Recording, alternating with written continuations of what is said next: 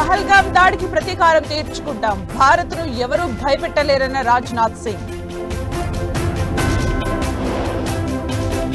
కాసేపట్లో ప్రధాని అధ్యక్షతన సిసిఎస్ సమావేశం, పాకిస్తాన్ కు గట్టి సందేశం పంపే యోచనలో మోదీ. టెర్రరిస్టుల కోసం వేట ముమ్మరం, పహల్గాంలో దర్యాప్తు చేపట్టిన ఎన్ఐఏ.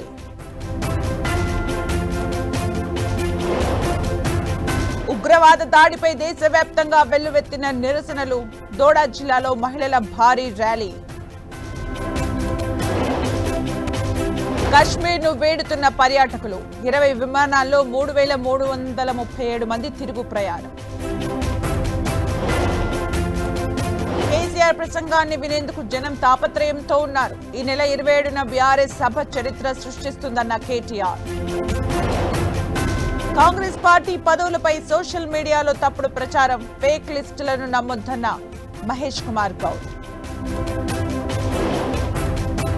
ముగిసిన Hyderabad local body MLC election, 78.57% polling నమోదు.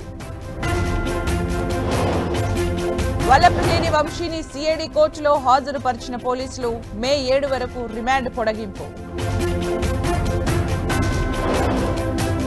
తెలంగాణలో మండుతున్న ఎండలు, ఆదిలాబాద్ జిల్లాలో 44 డిగ్రీలకు పైగా ఉష్ణోగ్రత నమోదు. యుక్రెయిన్తో ద్వైపాక్షిక చర్చలకు సిద్ధమన్న పుతిన్, ఇరు దేశాల యుద్ధం తర్వాత తొలిసారిగా స్పందన.